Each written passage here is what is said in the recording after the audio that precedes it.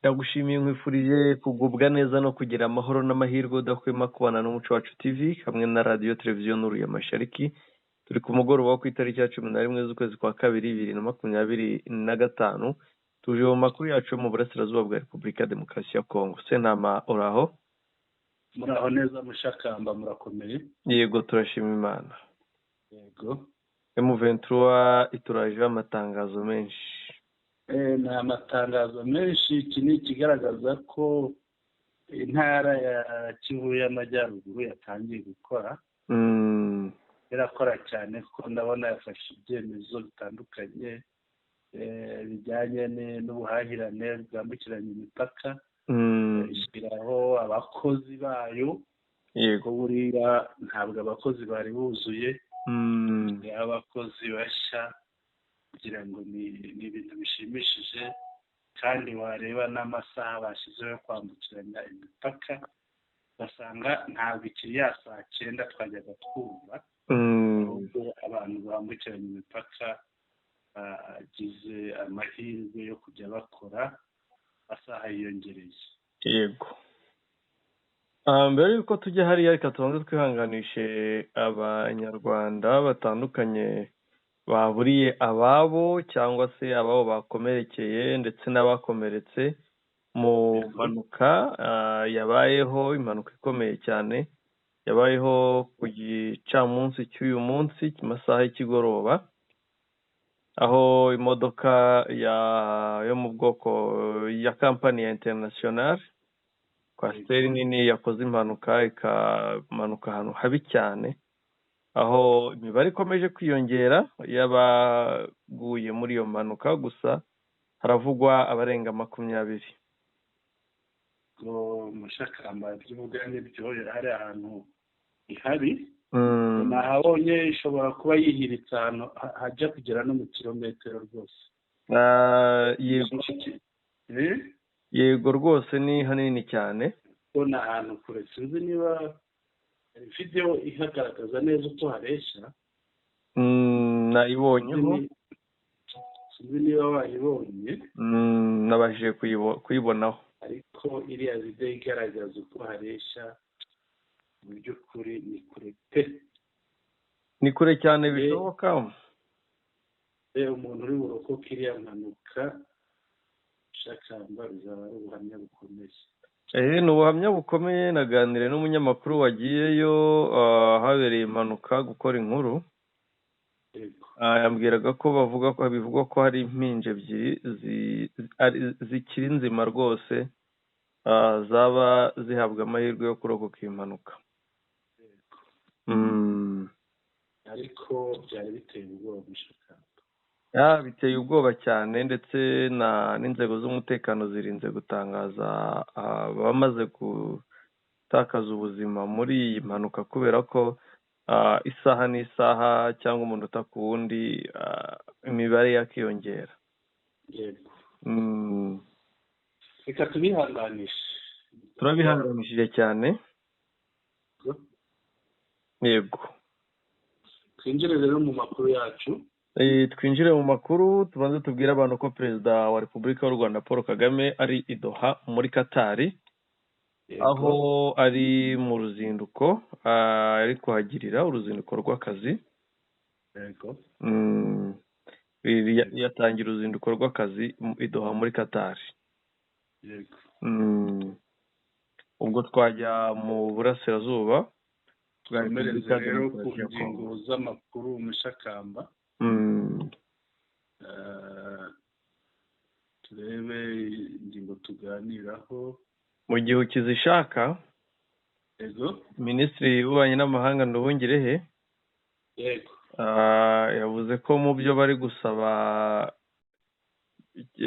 muri iyi nama cyangwa mu bijyanye no kugira umutekano w'u Rwanda na Repubulika ya Demokarasi ya Kongo bigende neza, banasaba ko ihuriro ry'ingabo ziri hafi y'umupaka w'u Rwanda ku ruhande rwa FARDC zigezweyo zikajyanwa kure,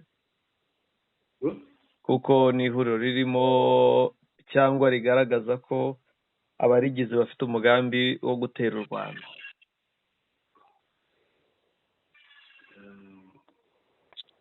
reka rero dukomeze twinjire mu ngingo z'amakuru. yego Shakamba ndabona amatangazo ari menshi, n'umuyobozi w'umujyi wa Goma nawe yatangaje.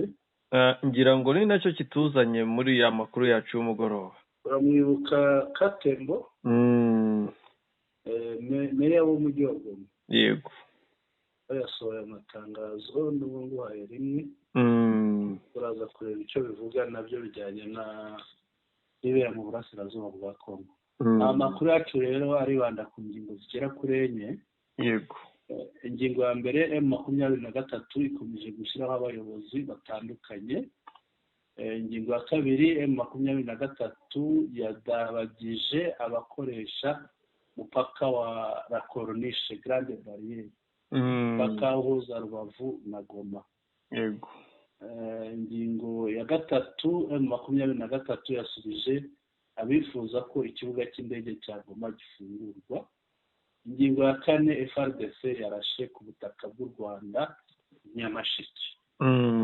Nyamasheke, akarere ka Nyamasheke kari mu ntara y'Uburengerazuba. yego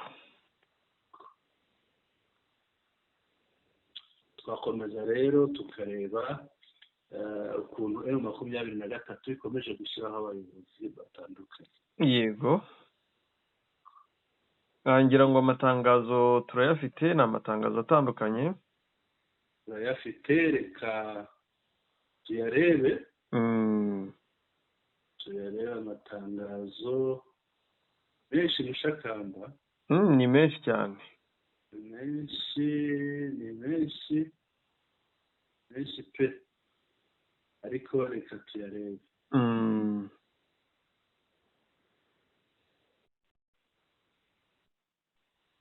turaza guhera ku y'abayobozi bashyizweho. turahera ku muyobozi witwa Direcap, Directeur wa kabine. yego z'ibiro bya guverineri.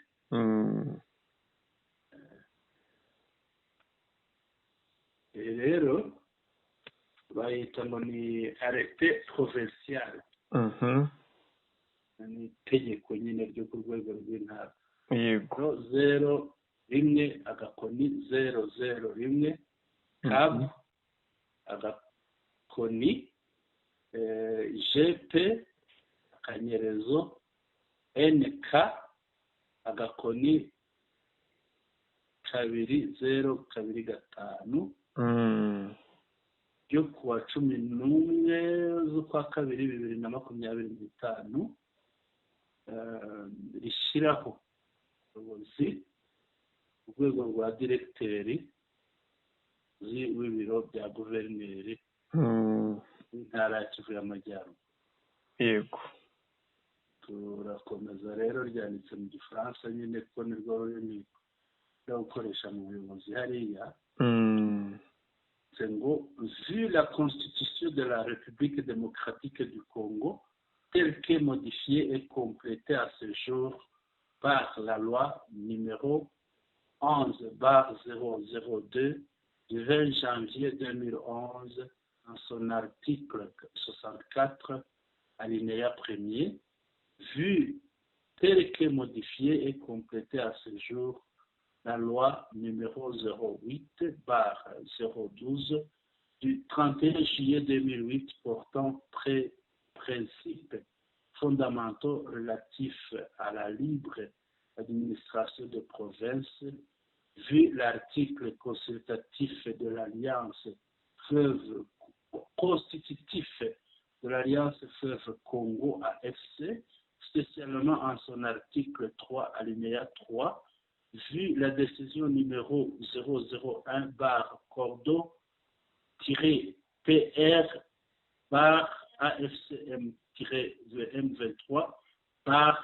001/cordon-PR-AFCM-M23/2025 du 5 février 2025 portant désignation et approbation des gouverneurs et des vice-gouverneurs de la province du Nord Kivu, tandis que le mouvement du 23 mars est l'une des composantes de l'Alliance Fleuve Congo, vu la nécessité et l'usage. bisobanuye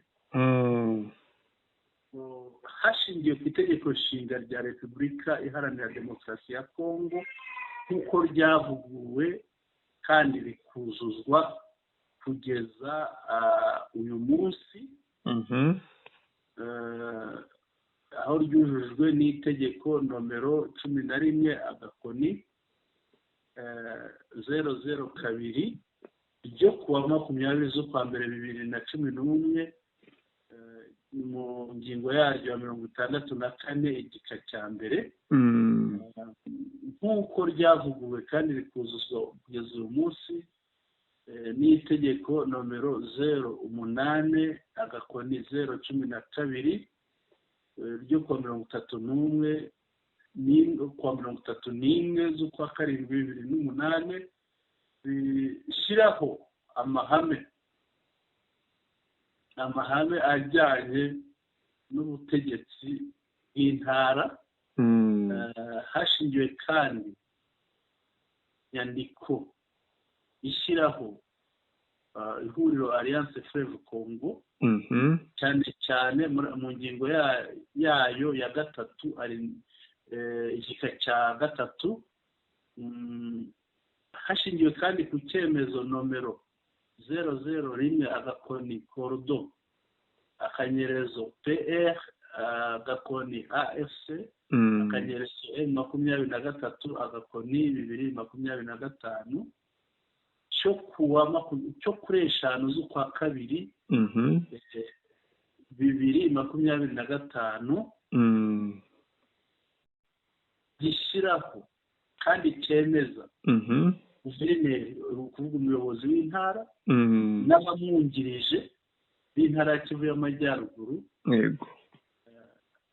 hashingiwe ko umutwe wa M23 ari umwe mu bigize ihuriro AFC, hashingiwe ko hakenewe kandi byihutirwa ubuyobozi hategetswe wa guverineri ategetse, itegeko ni irya guverineri. Ingingo ya mbere, hashyizweho diregiteri wa kabine, umuyobozi w'ibiro bya guverineri w'intara, akaba ari Bwana Nsanzamahoro Tengera Vincent. Ingingo ya kabiri, hano baravuga ko ingingo ya kabiri sont abrogées toutes les dispositions antérieures contraires au présent arrêté provincial. Izindi ngingo zabanjirije iyi ngiyi, andi mategeko yabanjirije iyi ngiyi kandi avuguruza aya bamwe. Yego. Ingingo ya gatatu, le présent arrêté provincial entre en vigueur à la date de sa signature. Iki cyemezo cy'umuyobozi w'intara kigize agaciro, gitangiye gukurikizwa kuva gishyizweho umukono. Cyashyizweho umukono na guverineri Bahati Musanga Erasto, bikaba byakorewe i Goma ku wa 11 z'ukwa kabiri 2025. Yego. Ateraho ni kashe ihuriro AFC M23.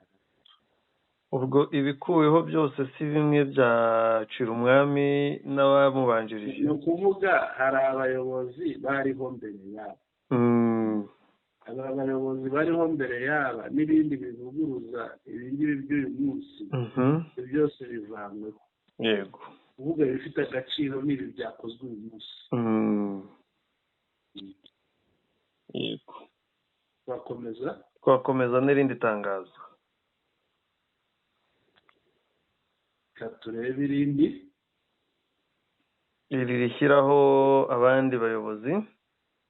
Turebe rishyiraho abandi bayobozi, iri ngiri ryarivuyeho.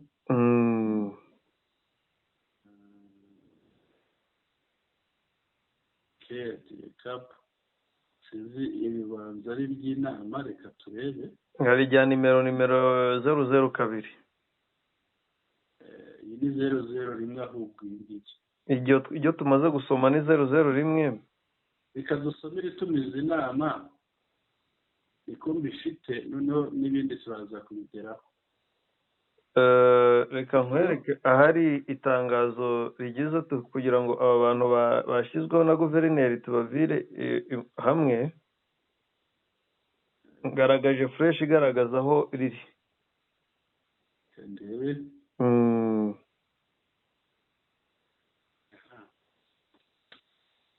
Iri? Yego.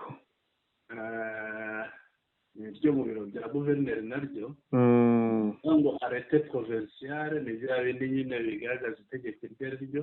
Yego. Itegeko rya kabiri. Intara. Ibindi amategeko ibyashingiweho ni bya bindi ndakeka. Bishyiraho abagize kabine ibyashingiweho ni bya bindi. Byose ni bimwe cyahindutse n'umwanya. Yego. Hano hepfo rero iyo uhagiriye baravuga ngo sont nommés membres du cabinet du gouverneur province les personnes suivantes en regard de leur nom et fonction. Hano hari amazina yabo.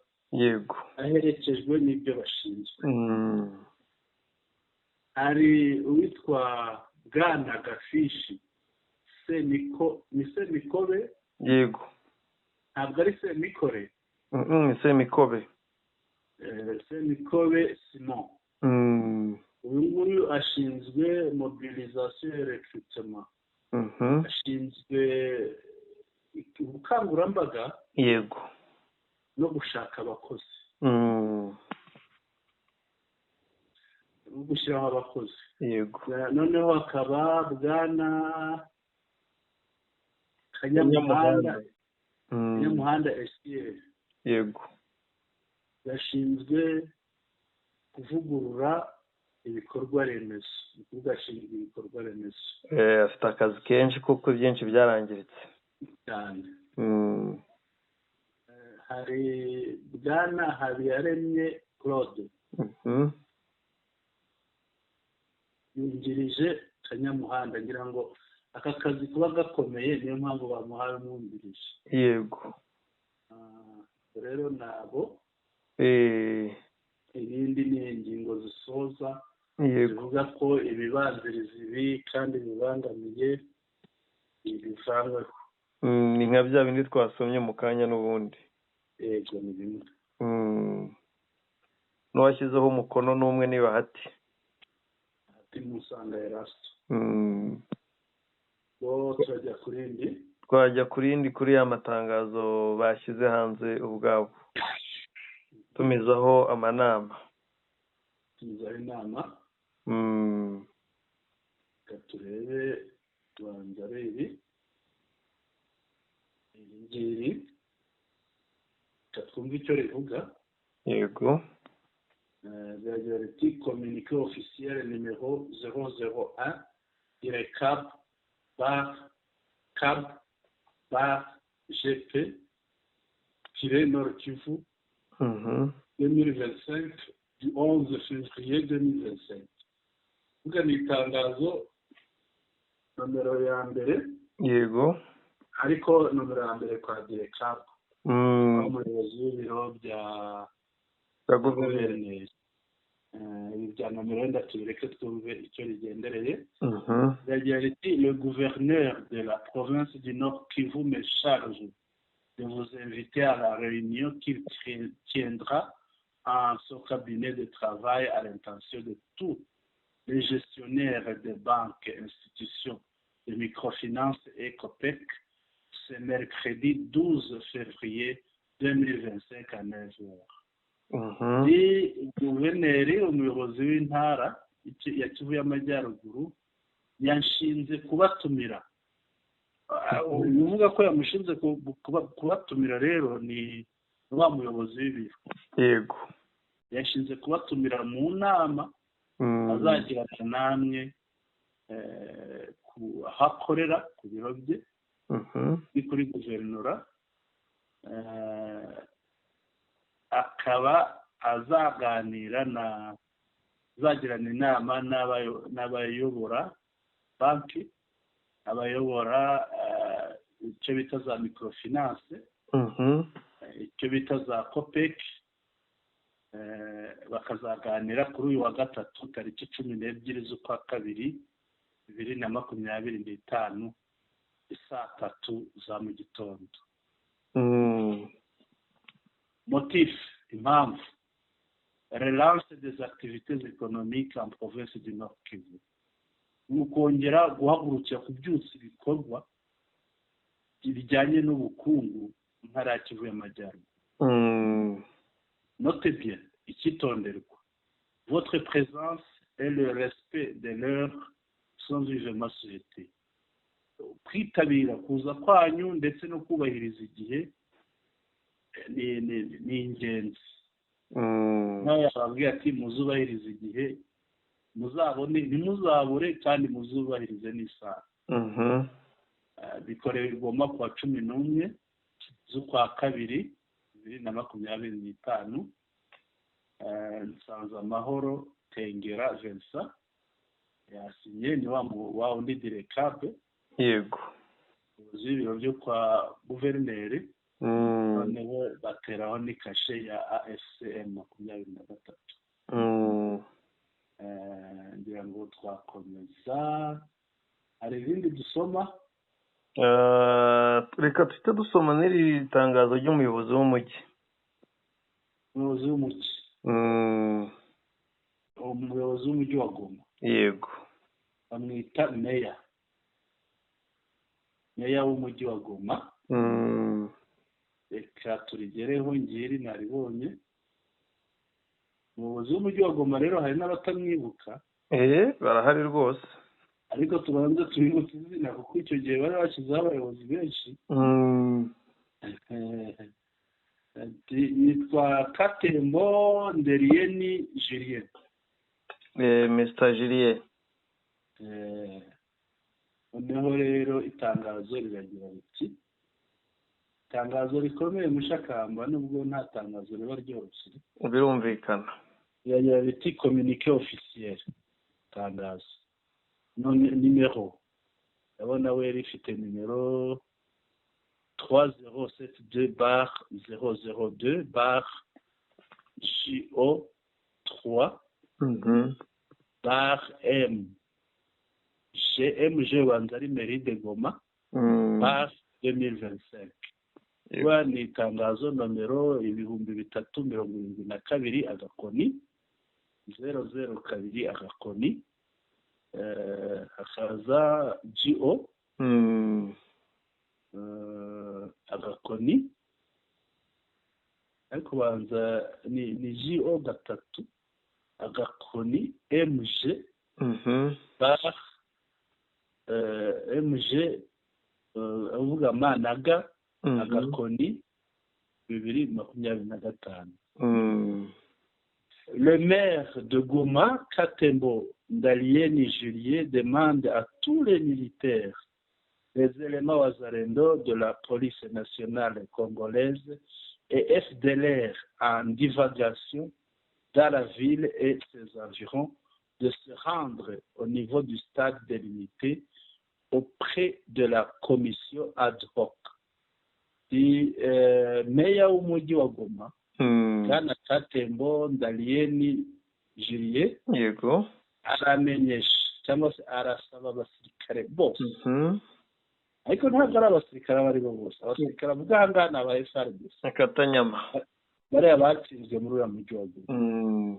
Les éléments wazalendo, abawazalendo et de la police nationale congolaise ndetse n'abo muri polisi et FDLR en divagation dans la ville et ses environs, n'aba FDLR barimo ngiye kubivuga muri hamwe umuntu kumangamana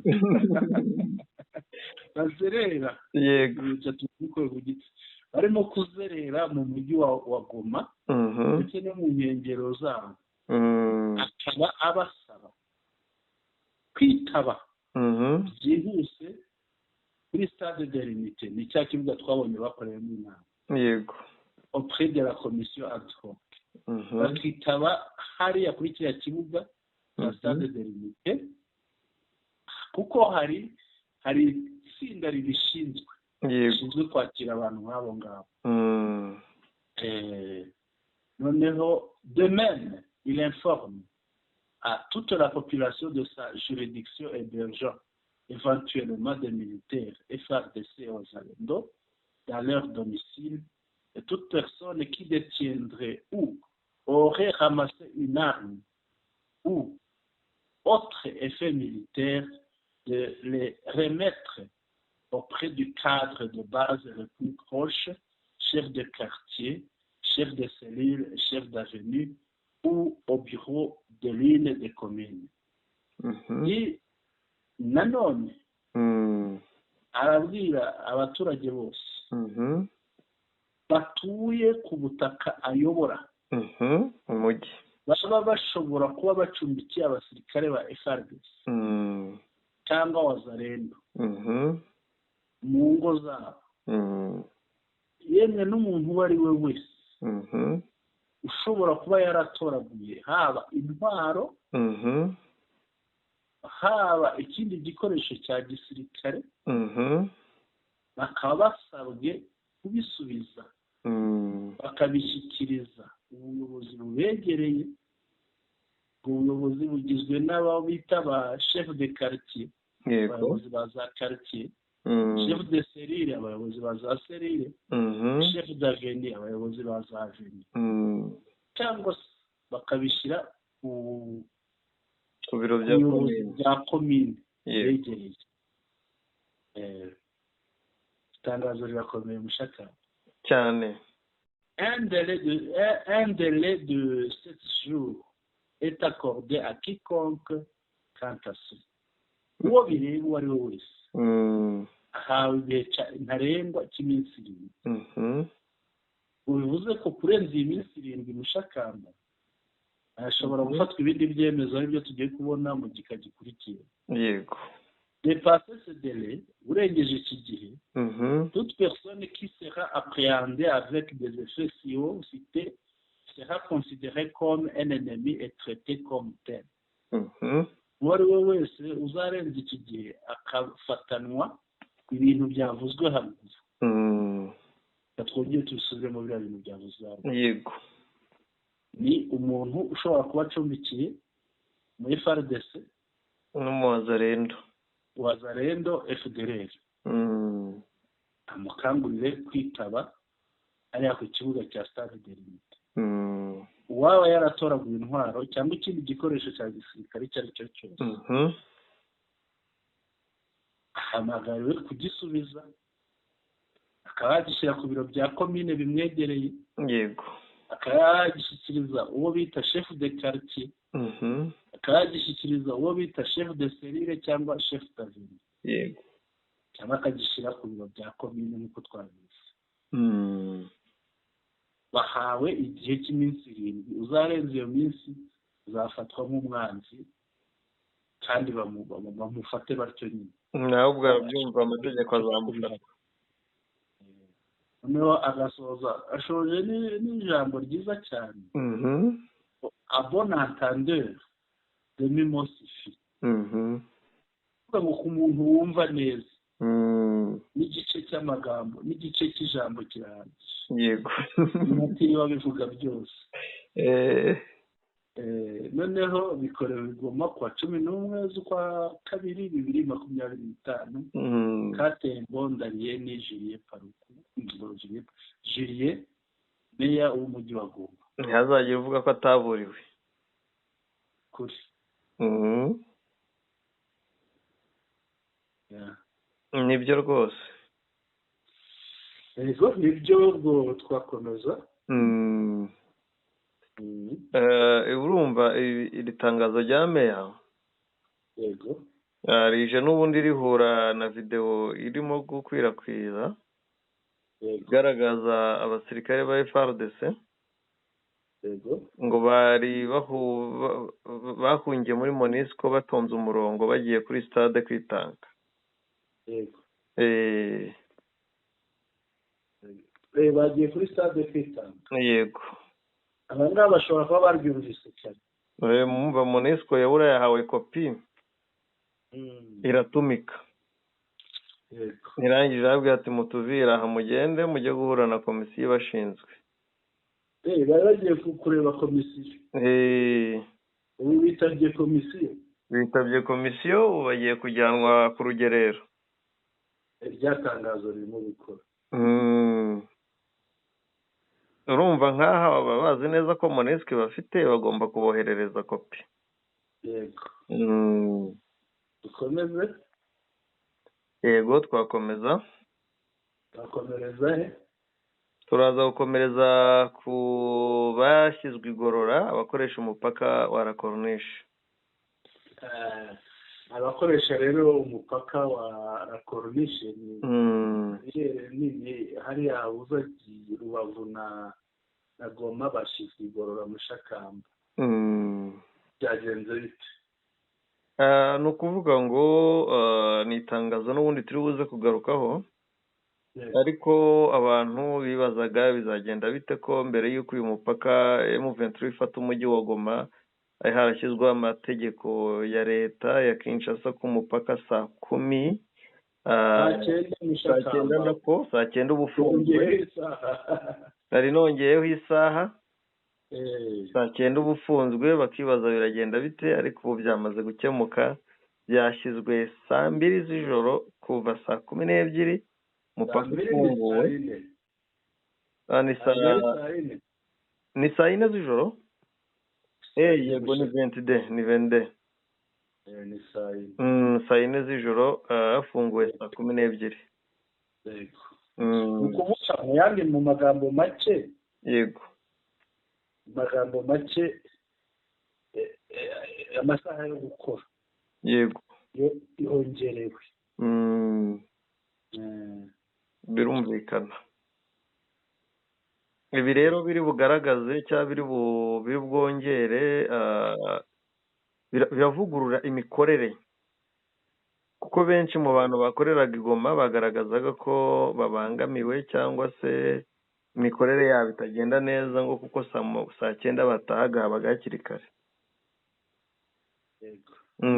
ariko ubu ngubu byavuguruwe, ngira ngo ni n'ibintu tutari butindeho cyane, ariko ndaza kubihuza ni kimwe mu bintu twagarutseho mu itangazo ryabanje mu matangazo.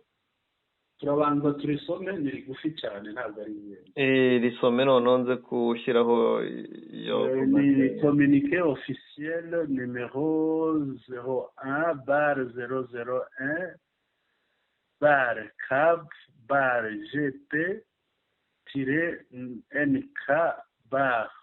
01/001-GP-NK/2025 du 11 février 2025. ni itangazo nomero ya mbere agakoni 00 agakoni kabu agakoni GP akanyerezo NK agakoni 2025 ryo kuwa 11 kwezi kwa kabiri 2025. Le gouverneur de la province du Nord Kivu informe la population du Nord Kivu en général et celle de la ville de Goma en particulier que le poste frontalier de la Grande Barrière, la Corniche, est opérationnel de 6h à 22h et ce à dater de ce jour. Guverineri w'intara Kivu y'Amajyaruguru aramenyesha abaturage ba Kivu y'Amajyaruguru muri rusange ndetse nabo mu mujyi wa Goma by'umwihariko ko umupaka wa La Corniche uwo bita Grande Barrière, ubwo n'umupaka uhuza Kongo n'u Rwanda, umupaka munini Goma na Rubavu, ko uzajya utangira gukora saa 12 za mu gitondo ufunge saa 4 z'ijoro. yego. kandi ibyo ngibyo bigatangira uyu munsi. ni ukuvuga mu Shakamba ubu ubu nibwo bamaze kuwufunga. yego, iminota 28 niyo ishize bawufunze. yego. asetefe les services de douane sont priés de prendre toutes les dispositions y afférentes. Kubw'iyo mpamvu abakozi ba douane cyangwa se serivisi za douane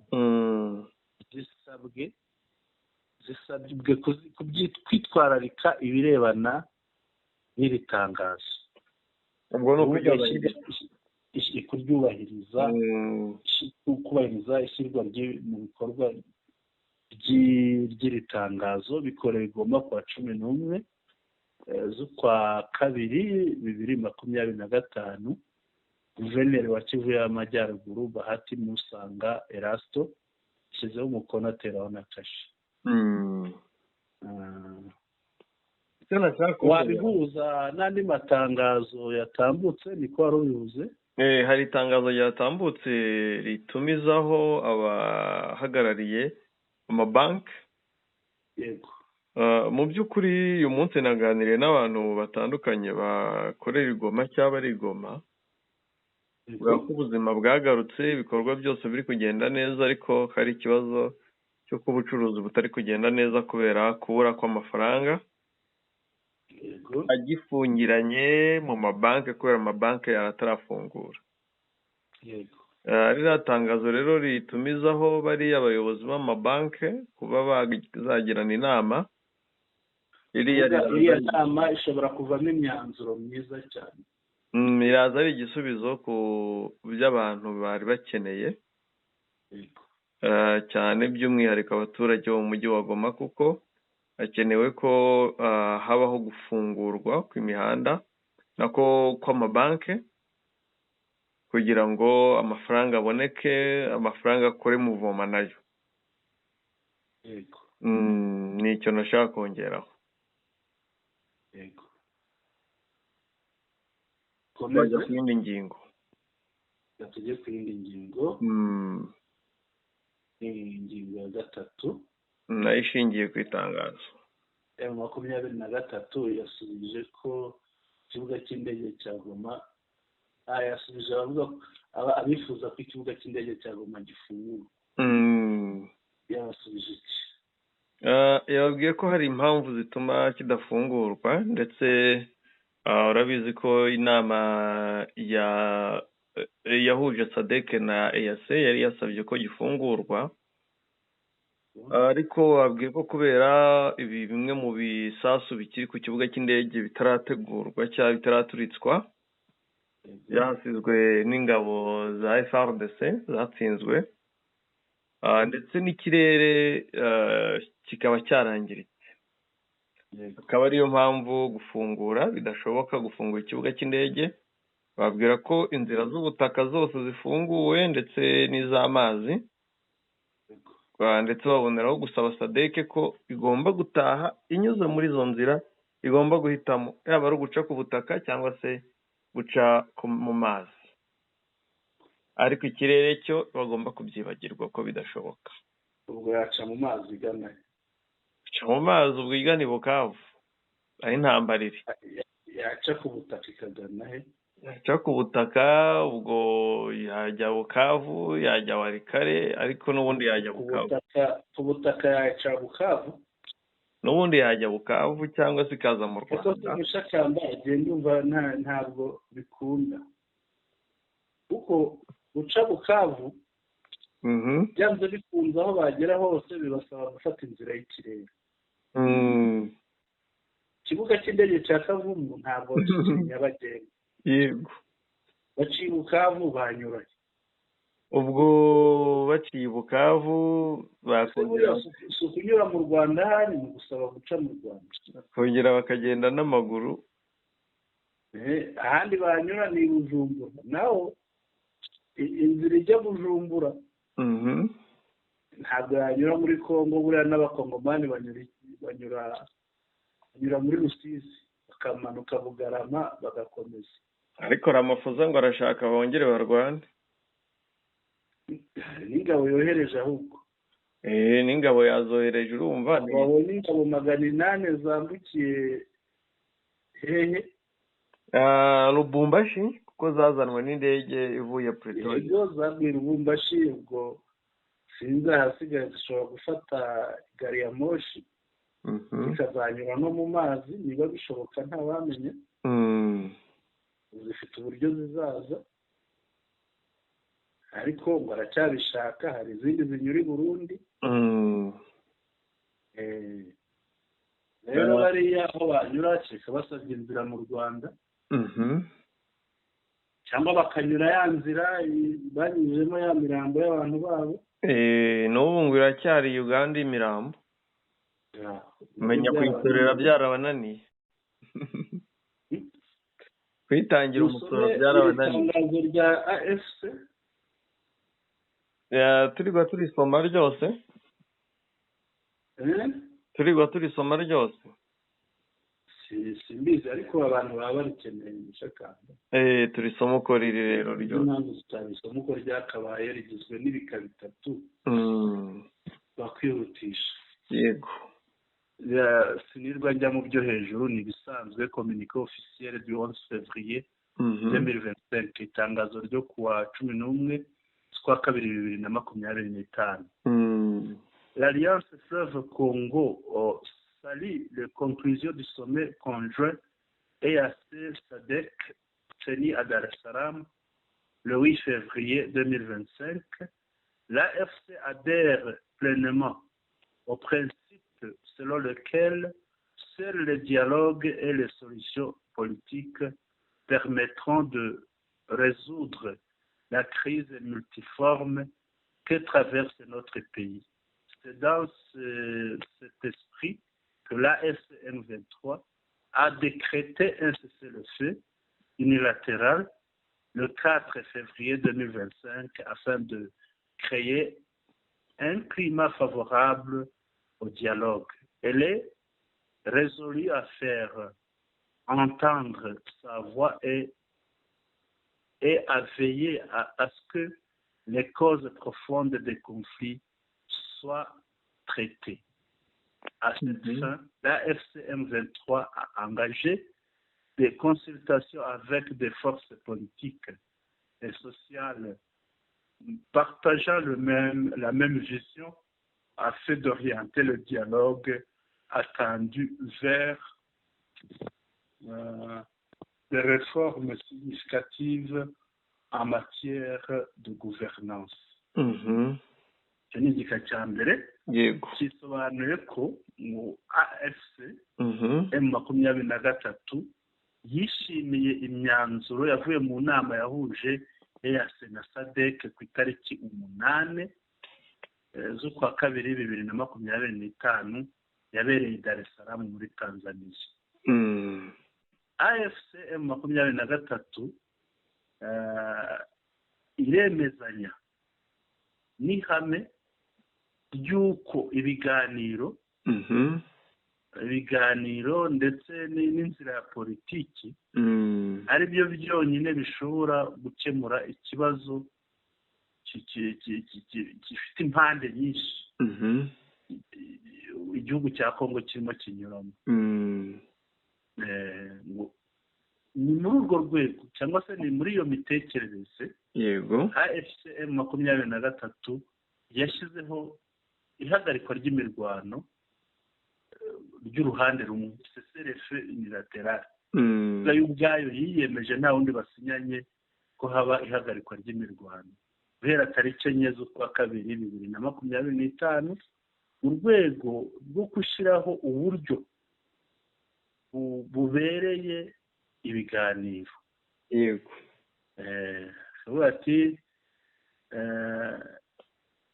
AFC rero yiyemeje kumvikanisha ijwi ryayo ndetse no kwitangira ko impamvu muzi z'ibibazo bya Kongo zikemuka.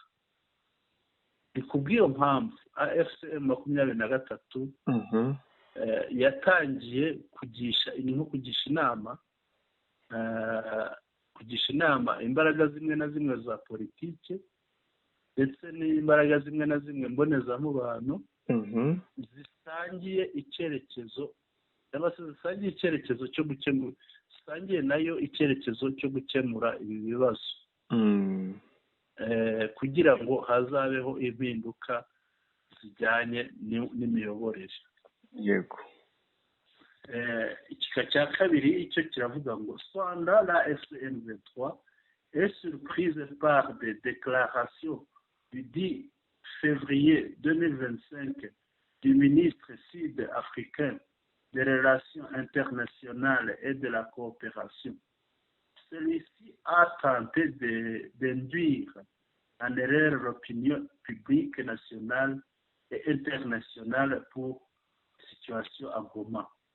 Contrairement à ces affirmations, Goma n'a pas été envahi par 150 groupes armés.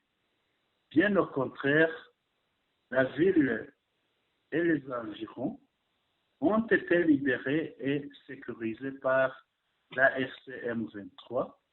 La mise en œuvre des résolutions du sommet de Dar es Salaam concernant Goma doit être discutée et convenue avec la FCM23.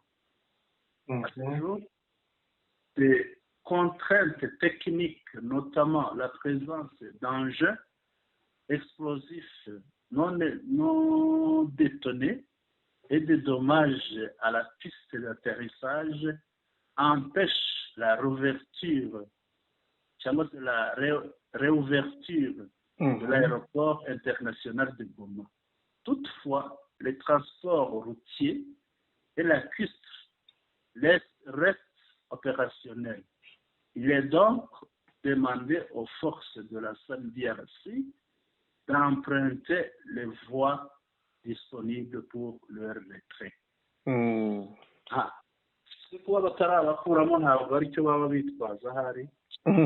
Wasanga ariko se babyitwaza gute kandi hari abagiye? Reka twumve iki gice kivuga. Igika kiravuga ko AFC yatunguwe. Yego. Yatunguwe no kumva ibyavuzwe ku itariki 10 z'ukwa kabiri, ubwo ni ejo hashize. Nejo hashize. No na Minisitiri wa Afurika y'Epfo ushinzwe ububanyi n'amahanga n'ubutwererane. Yego. Uyu ngo yagerageje kuyobya abaturage, kuyobya abenegihugu bo mu gihugu cye, ndetse agendera no kuyobya amahanga ku bijyanye n'ibirimo kubera i Goma. Ati bitandukanye n'ibyo yemeje. Goma ntabwo yigeze iterwa n'imitwe yitwaje intwaro 150. Wowe niko yabivuze. Yego. Ahubwo umujyi wa Goma n'inkengero zawo byarabohowe binahabwa umutekano na AFCM23. Gushyira mu bikorwa imyanzuro y'inama ya Dar es Salaam, ni ukuvuga iriya nama yabaye ku itariki 8. Yego. Umwanzuro urebana n'ikibuga cy'indege cya Goma. Ni ibintu bigomba kuganirwaho kandi bikumvikanwaho na AFCM23. Kuri uyu munsi hari ibibazo bya tekiniki. Harimo urugero nk'uko hari ibiturika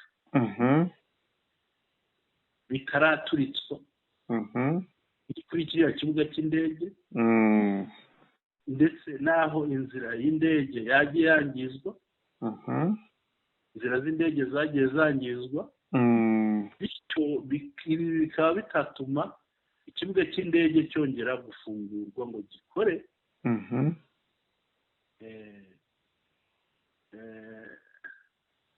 Atariko yego, inzira z'ubutaka, inzira y'amazi, izo nzira zirimo zirakora. Birashoboka rero, turasaba SAMDRC, ingabo za SAMDRC bazanyura muri izo nzira kugira ngo zive muri Goma. wasanga rero bavuga kutava muri Goma ko babiterwa n'uko ikibuga cy'indege kitarafungurwa bagashyiraho ayo mananiza kandi bakababwira bati hari ibiturika byahasigaye hari ibyangiritse ntibirasanwa ntabwo mwabona inzira banyuze imirambo yabo yanyuze ariko imirambo niba yaragiye n'abandi bahanyura rwose ahanyuze abapfuye ukwanga mu busesenguzi dukwiriye kwibaza ese kuba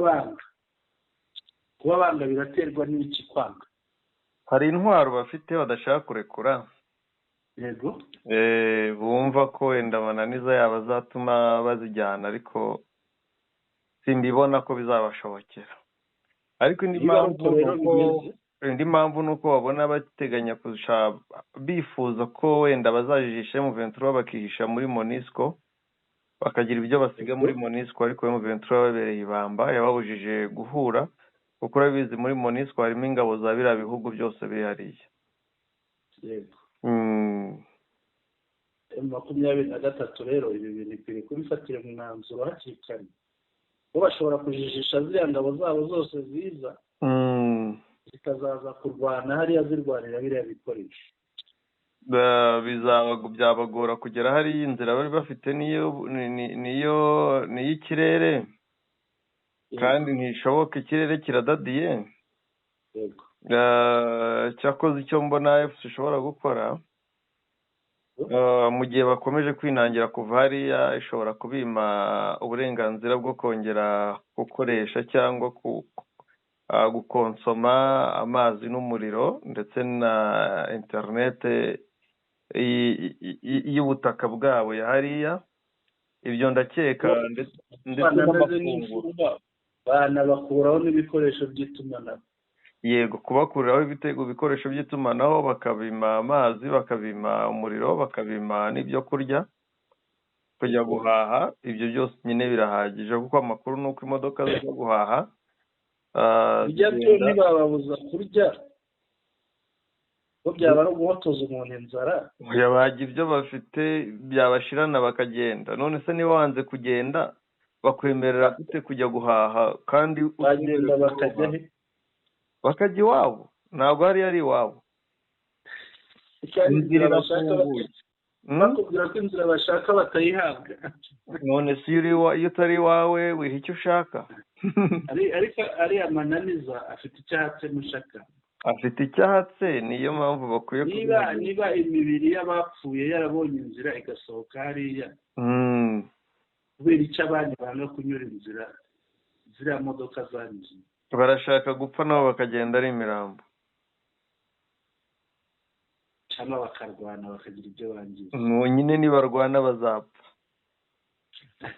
bagenda ari imirambo reka dukomeze reka tujye ku gika cya kane yego nacyo cya nyuma la FCM23 est également préoccupée par le renforcement militaire en cours des FARDC et de leurs alliés des forces de défense nationale du Burundi, FDNB. Si rien n'est fait, cette escalade risque d'entraîner une reprise des hostilités sur tous les fronts. Des informations fiables indiquent que de renforts des FARDC et des forces burundaises prévoient de lancer des attaques contre les zones densément peuplées de Karéhé, d'Alingé et leurs environs. De telles attaques entraînent une réponse décisive. L'entêtement du régime de Kinshasa à privilégier une approche militaire ne fait que prolonger la crise. Nous attendons du Burundi et des États membres de la SADC qui contribuent à la paix en République démocratique du Congo en garantissant le retrait immédiat et inconditionnel des forces de la SANDRC et des FDNB. nous appelons ce pays à honorer et à respecter l'esprit et la lettre de conclusion de Dar es Salaam. Ahangaha baravuga ko AFC ihangayikishijwe yego nuko ingabo za FARDC niza Kinshasa ndetse n'abo bafatanya barimo ingabo z'u Burundi barimo kwisuganya ukwisuganya barimo kongera imbaraga nihatagira igikorwa ibintu birakomeza kuzamba bizagere n'aho imirwano yubura mirongo y'urugamba. Amakuru yizewe agaragaza ko FARDC irimo kongera ingabo ingabo z'u Burundi nazo zikaba zirimo kongera ingabo zirimo kwisuganya kugira ngo bagabe ibitero ahantu hatuwe cyane harimo Karehe ubwo ni teritwari imwe yo muri Kivu y'amajyepfo. Nyabibwe nawo ni umujyi ariko uwo mujyi ukaba uri mu rugabano rwa Karehe na Masisi. Igice cy'uwo mujyi kiri muri Masisi, igice muri Kivu y'amajyaruguru, noneho ikindi kikaba muri Karehe. Nyabibwe iba no muri Kivu y'amajyaruguru. Niko bimeze buriya aho hari Nyabibwe niho Kivu y'amajyaruguru na Kivu y'amajyepfo bigabanira. Noneho Nyabibwe ikaba iri hagati na hagati ku buryo igice kimwe kibarizwa muri Masisi ikindi kikabarizwa muri Karehe. Yego. Noneho rero hano bakavuga ko ingabo z'u Burundi n'ingabo za leta ya Kinshasa barimo barategura kugaba ibitero, gutera ibisasu ahantu hatuwe cyane nko muri Karehe ndetse n'Inyabibwe n'ahakikije. Kikavuga ko ibitero nk'ibi ngibi bishobora gutuma habaho gusubiza bigambiriwe. Byatuma AFCM 23 bahagabye ibitero nayo yasubiza.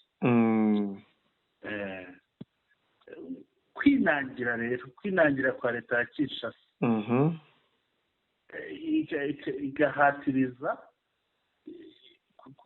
ku gisubizo cya gisirikare, igashaka gukemura ikibazo mu buryo bwa gisirikare. Yego. Icyo bikora ikibazo cyabyo cyo kwinangira bituma imirwano ikomeza.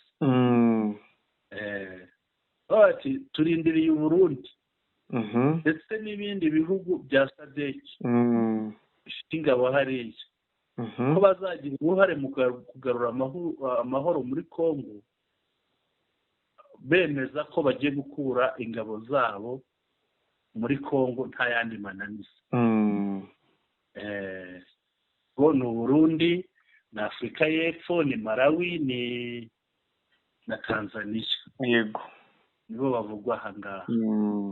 Noneho iki gika kikagana ku musozo kivuga ngo turahamagarira ibi bihugu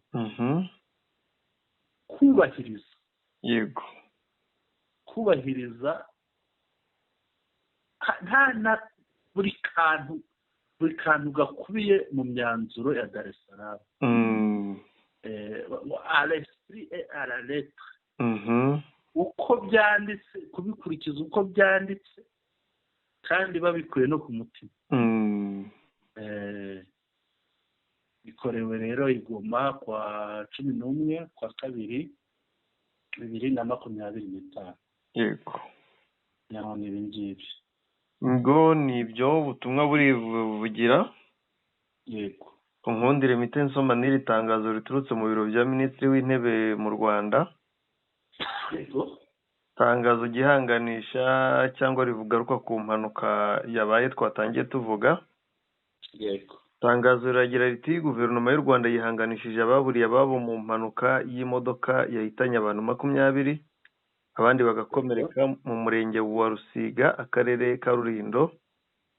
Abakomeretse bajyanwa mu bitaro bitandukanye bakaba bari kwitabwaho n'abaganga.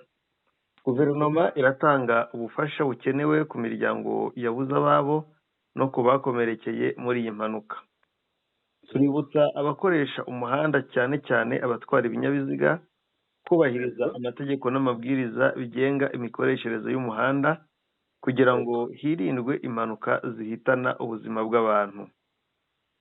Ni itangazo ryasohotse mu ndimi mu Kinyarwanda ndetse no mu Cyongereza, bikaba byakozwe uyu munsi byakorewe i Kigali uyu munsi tariki ya 11 z'ukwa kabiri 2025, aho Dr Edouard Ngirente Minisitiri w'Intebe ari we washyize umukono kuri rino tangazo.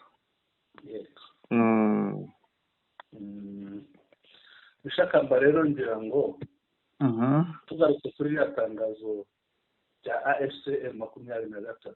Yego. Kugira ngo bibarize ikibazo. Itegeki. Itege FARDC iva muri Congo. Turitega intambara kuko tuzi neza ko amakuru ari kwemeza ko Yego. Bari kohereza ingabo bwihishwa. Yego. Abo rero ntabwo bazaba baje, nta butumwa buhari bw'amahoro bazaba bajemo. Yego. Ndetse n'imyanzuro yemeza ko bagomba gutaha bwangu. Kandi urabona ko batabishaka. Rero ikizakurikiraho nta kindi, kizakurikiraho ni ukurwana, kandi nk'uko batsinzwe njye mbona bazongera bagatsindwa. None Mushakamba, twabonye SADC inanirwa, tuzana igisubizo cya biriya bibazo biri muri Congo, tubona East African inanizwa, tubona bombi bahuriye hamwe, turavuga ati igisubizo kigiye kuboneka. Kuba bazaniye ingabo rwihishwa bivuze ngo nta kindi baje gukora, baje kubeshya, gushuka East African Community. Igisubizo tukitege hehe? Harimo uburyarya, icyo ni icya mbere. Baremeza mu nama ko igisubizo cy'ibiganiro aricyo gikenewe, ariko barangiza bagafasha Kisekedi gutegura intambara. Ubwo rero igisubizo kizaba intambara n'ubundi. Kandi abayitsinda turabazi n'abayitsindwa turabazi. Yego. Reka tubyitege. Yego. FARDC yarashe ku Rwanda. Bimeze bite? Bwana Sentama, amakuru yakwirakwiye mu gicamunsi cy'uyu munsi tariki ya 11 z'ukwezi kwa kabiri. Yego. Nuko ngira ngo mu gitondo hatangiye hakwirakwira amagambo, ni ibintu bisa n'ibyateguwe. Hakwirakwiraga amavideo abakongomani bavuga ngo ubwato ngo bw'u Rwanda ngo burimo bujya mu gice cyabo. Yego. Ubona ko nyine hari icyategurwaga. Yego. Biza kurangira barashe ku Rwanda. Yego. Ndetse nyuma yo kurasa ku Rwanda barasa ubwato bwa RDF. Yego. Kubera ko RDF nta kintu irabivugaho, amakuru asohoka ni menshi yagiye atandukanye, abantu barasohora amakuru yabo. Ariko amakuru aremeza ko ubwato bwarashweho bwa RDF, ndetse bakanarasa ku ruhande rw'u Rwanda bakarasa umuturage. Ntabwo tuzi ngo yapfuye cyangwa ntiyapfuye, kuko hafi n'ikiyaga cya Kivu hari ahantu ngo abaturage, hari agasoko k'abaturage karema. Rero bikaba bishoboka ko yarasiwe muri ako gasoko, isasu ryahageze. Igihari gikomeye kirimo nuko ni ubushotoranyi bwa FARDC bwakozwe kuri ku ngabo z'u Rwanda. RDF ndetse no ku baturage b'u Rwanda. Kuba RDF itaragira icyo ibivugaho nta byinshi twabivugaho usibye ibi tubashije gutangaza kano kanya.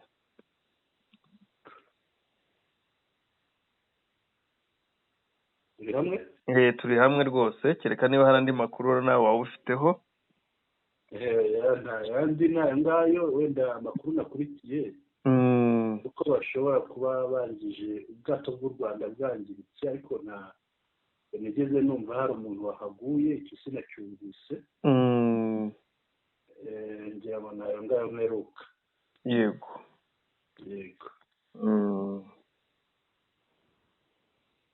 Ubu bushotoranyi turareba buragiriza ingaruka kuri Kivu y'Amajyepfo ko ariho n'intambara iri kwerekeza.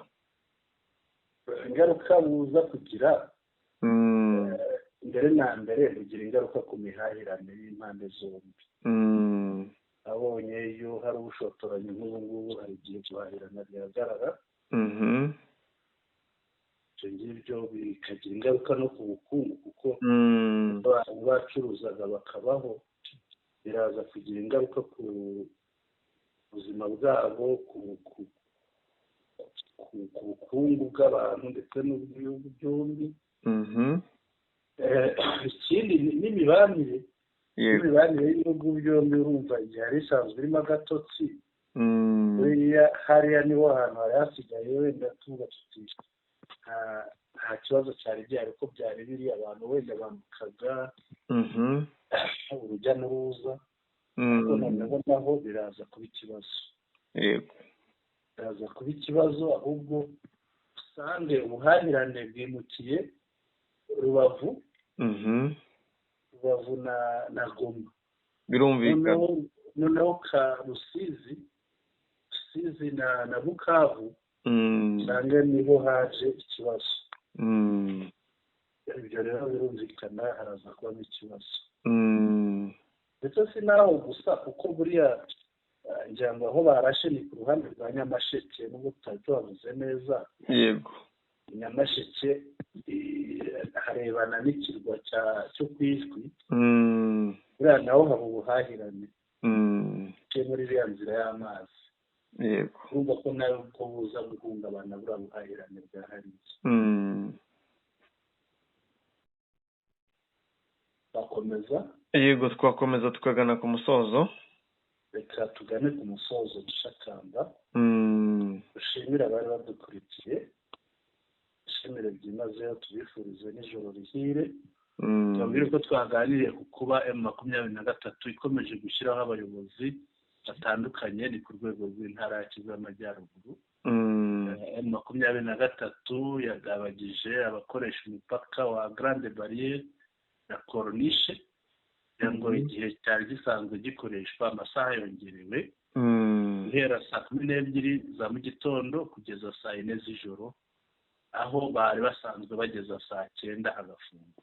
Rero amasaha yongerewe cyane.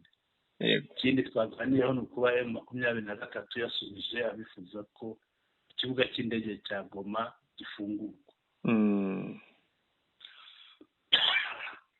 Nyanganire. Yego, nta kibazo.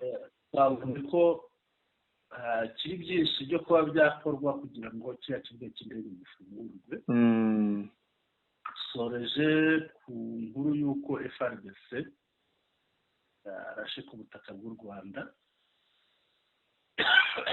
arwaye, tukaza no ku bwato bwa Marine y'u Rwanda mu ruhande rwa Nyamasheke. Yego. Turabakunda rero abakunzi bacu, tubashimiye kudukurikira. Ijoro rihire kuri mwese, ariko kandi abatarakanda subscribe nibagirwe gukanda subscribe. Kandi subscribe ikandwa rimwe, bamaze kuyikanda ubwo byararangiye. Mukande like biburi nkuru, kanda rimwe. Mukande share, kandi inshuro ushoboye bitewe n'umubare w'abantu usangiza amakuru yacu. Kandi munatwandikiye mubinyujije muri comments, n'ibitekerezo byanyu birushaho kutwubaka.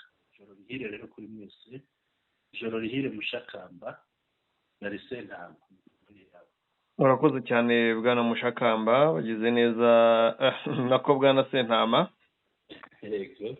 Bagize neza bari badukurikiye bose aho bari hagiye hatandukanye, amasaha arakuze, murare ahajyana, Imana ibahe ibyiza byose bibakwiriye, turabakunda cyane.